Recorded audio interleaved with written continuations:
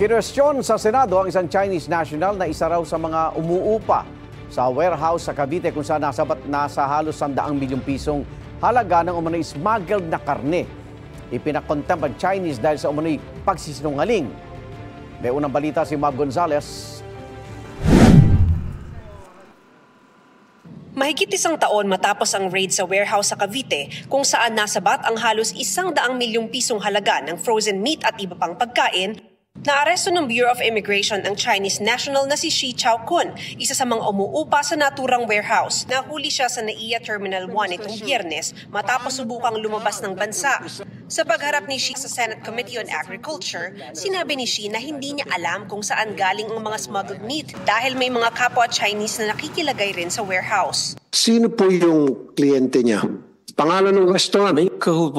He is explaining that I don't know the bosses there or the heads, but I know the address. I know the address, but not really the name. Kailangan namin yung pangalan ng mga restaurant na smuggled na mga produkto.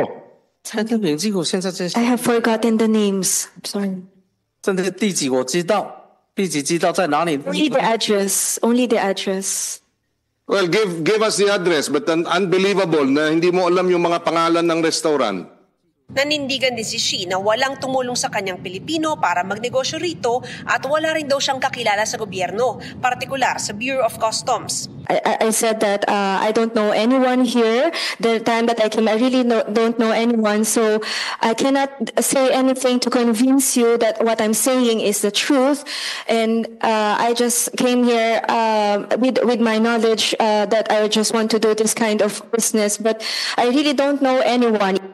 Ayon kay Shi, nakakuha siya ng visa sa tulong ng isang Chinese national mula sa isang group chat. What is his name? I don't know his real name or exact name because in the group chat, in WeChat, so they always use their alias. Kaya tanong ni Senador Erwin Tulfo, wala bang vetting process ang Bureau of Immigration sa mga nag-a-apply ng visa? Sinecheck po namin yung mga documents po na pinipresent po nung aplikante. Next po is yung after po nun yung pong meron po rin kami post audit after po nung approval during the time po na pinoprocess po yung application ng 9G.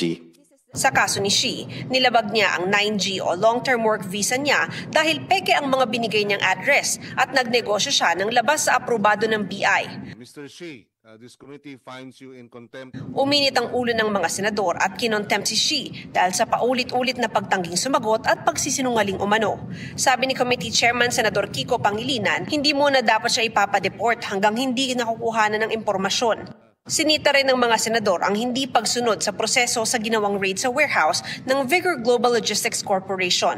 Alas 5 ng hapon ng Biyernes kasi noon dumating ang mga operatiba sa warehouse. Pero dahil hindi na office hours, lumipas pa ang weekend at Lunes pa nabuksan ng warehouse.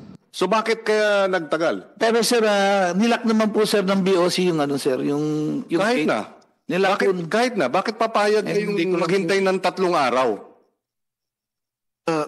Pwede makasingit, Mr. Chair? Because if that's not proper procedure, why was it not implemented? Ano yun? Naghanap pa ng paraan? May kinausap pa bang padrino? Ayon sa DA, sa loob nga ng 3 araw, gumawa raw ng paraan ng warehouse para itago ang mga smuggled na produkto. Hinarangan pa raw ng mga kalat, sasakyan at peking pader ang cold storage facility. Nung lumapit kami sa dulo, namin malansa.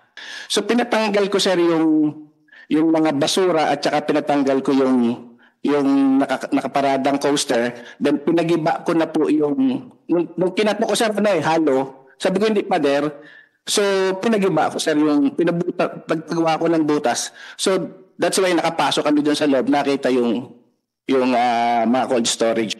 Ayon sa may-ari ng warehouse, hindi nila alam na smuggled pala ang nilagay ng mga umuupa sa kanila. Usually kasi we don't mind kung ano yung, hindi namin na-monitor yung ano po nila, activity nila po. Kasi we just lease the property lang po. We're not familiar lang po with the product that they are processing. Nabawag sa magdala ng mga kontrabando. Apo, nasa contract po.